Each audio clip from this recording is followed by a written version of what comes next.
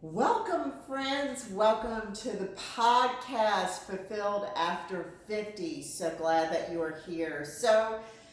We do a lot of topics on this podcast and on this YouTube channel. We gear it for this season of life, especially for women who are entering 50 and over, because there's a lot of struggles and a lot of challenges that we face. Life is all about really growing through our struggles and our challenges, right? So, one of the ones that I feel like we face, especially in this season, is when we are going through an empty nest, right? And then we have to really reconnect with our spouse. And how do we do that? So today's lesson really is on the 5 love languages. So Ricky and I actually have done a live video on the 5 love languages. And for one, we have really incorporated this in our 19-year marriage. This is both our second marriages, so it was really important that we got the base of this early on in our marriage. Like the first 2-3 years of our marriage, we went through a course. It was called His Needs, Her Needs. And it was based on Gary Chapman's book, The 5 Love Languages. And it's so important that you understand what your significant other, your spouse, your boyfriend, your girlfriend, what their love language is. And he goes through 5 of them and seeing which one is yours. So the 5 love languages, if you are not familiar with them, are: first is words of affirmation, 2, acts of service, 3, receiving gifts, 4, physical touch, and 5, quality time. So you may say, it's like we all want all 5 of those in our life, right? But it's really important that you understand your number 1 love language. And that is so important that you understand his and he understand yours. Because we can have all 5 of these, yes, but we have to figure out what is our number 1. So for example, it's like receiving gifts is on the bottom of my list. So like Ricky really had to learn that. Like if he gave me a gift and he was so super excited about giving me that gift, and when I received that gift and I did not like openly display such excitement, it's sort of like a letdown for him, and he doesn't understand why I'm not excited over that gift. And so that is the importance of really translating your love language to your partner. It's not a crystal ball, they are not mind readers, so it's about communication. So receiving gifts is like on the bottom because that doesn't bring me joy. I don't really enjoy receiving gifts because it's just not my number 1 love language. And he used to bring me flowers all the time, right? And I didn't openly, like, I wasn't happy about it because that's not what brings me joy. I don't enjoy that. So that ranks at the bottom of mine. And so that's going to bring us around to, really understanding what your love language is. And so there's 6 steps to understanding what that process is. So there's 6 steps to understanding your love language. At first, it's really important that you understand what yours is. And that really, you have to like dive in. What brings you so much joy, right? So for me, it really is about quality time. I rank that as my number 1. So go through those 5 love languages and rank what is the most important to you that brings you so much joy and happiness. And honestly, it is about that quality time, because I want to have that communication and that connection with my husband. And sometimes in our world of busyness and chaos, it's like we lose that.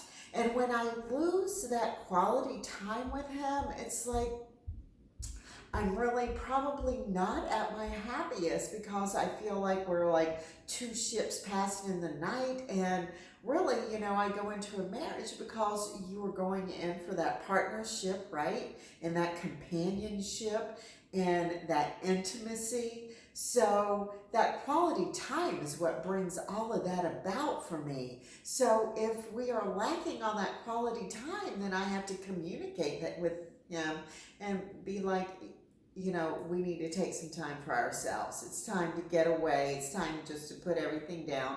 Nobody's going to die. No project is going to stop, but we need to take that time for ourselves right now. So quality time is one of mine. So it's understanding what is your love language and understanding how do you communicate that with your important other.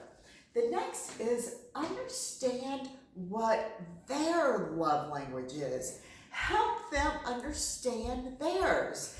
And so, I was going over it with my husband, Ricky, and I'm like, what is your love language? He's like, well, they're all important to me. Yes, they all are important to you, but how do you rank that? Like, what do you need the most from me to give you, the most joy? I know that, words of affirmation is one of his, and really acts of service. Like, he loves coming home to a home cooked meal that I have for him.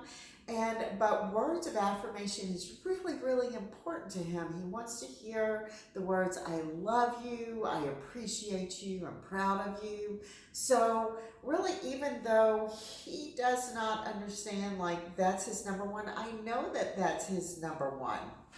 And it makes you more compatible when you help them understand their love language as well. So then that goes on to number 3, because it's like, don't underestimate where your love language originates. And sometimes it originates back to your childhood, right? How you were raised in your home environment. And sometimes really your love language comes from that. It may be the opposite of what you were raised as, but a lot of it comes from the origination of how you were raised. So you want to go back to that.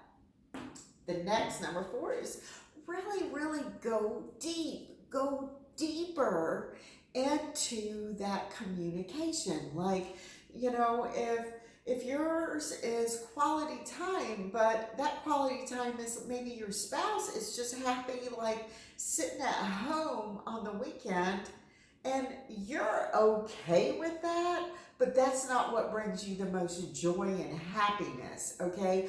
Okay does not cause excitement. It doesn't cause you to go deeper in your relationship. So that quality time may be like you enjoy going on a nature walk, or you enjoy going on like just a one-on-one tropical vacation. Like, that quality time may be different than just being okay with sitting on the couch at home. And then 5 is like don't confuse okay with happy and joyful. Okay is, if you're just okay, but it's not going to cause you to go deeper in a relationship, and it's not going to create that happy and joyfulness in your life when you are just existing with okay. And then number 6 is, don't substitute this with financial and materialistic things. That's not what this is about, okay? So in like my first marriage, it's like it wasn't great.